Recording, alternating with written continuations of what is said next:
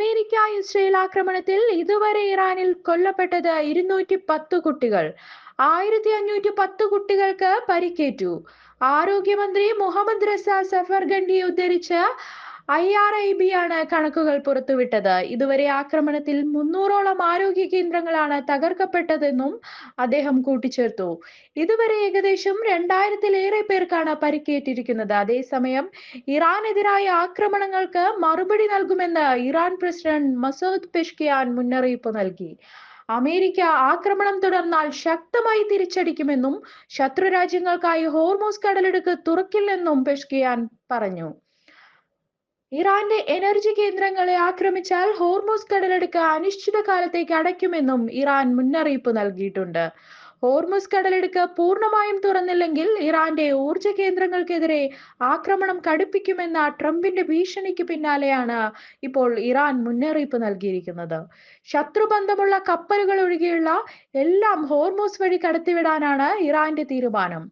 International maritime ഓർഗനൈസേഷന്റെ ഭാഗമായ Iranian പ്രതിനിധി അലി മസോവിയാണ് ഇക്കാര്യം സ്ഥിരീകരിച്ചത്. സമുദ്ര സുരക്ഷ മെച്ചപ്പെടുത്തുന്നതിനും ഗൾഫിലെ നാവികരെ സംരക്ഷിക്കുന്നതിനുമായി UN ബോഡിയുമായി സഹകരിക്കാൻ തെഹ്റാൻ തയ്യാറാണെന്നും അദ്ദേഹം പറഞ്ഞു. ഇറാനെതിരായ ഇസ്രായേലിന്റെയും US-ന്റെയും ആക്രമണങ്ങളാണ് ഹോർമൂസ് കടലിടുക്കിലെ നിലവിലെ സാഹചര്യങ്ങൾക്ക് കാരണമെന്നും അലി മൗസവി ചൂണ്ടിക്കാട്ടി. ഹോർമൂസ് കടലിടുക്ക് ഉപരോധത്തിന് പിന്നാലെ ആഗോള വിപണി തടസ്സപ്പെട്ടത് കണക്കിലെടുത്താണ് ഇറാൻ നിലപാട് മയപ്പെടുത്തിയത്. എന്നാൽ ഇസ്രയേലിനും അമേരിക്കയ്ക്കുമായി കടലിടുക്ക് തുറക്കില്ലെന്നും ഇറാൻ വ്യക്തമാക്കി.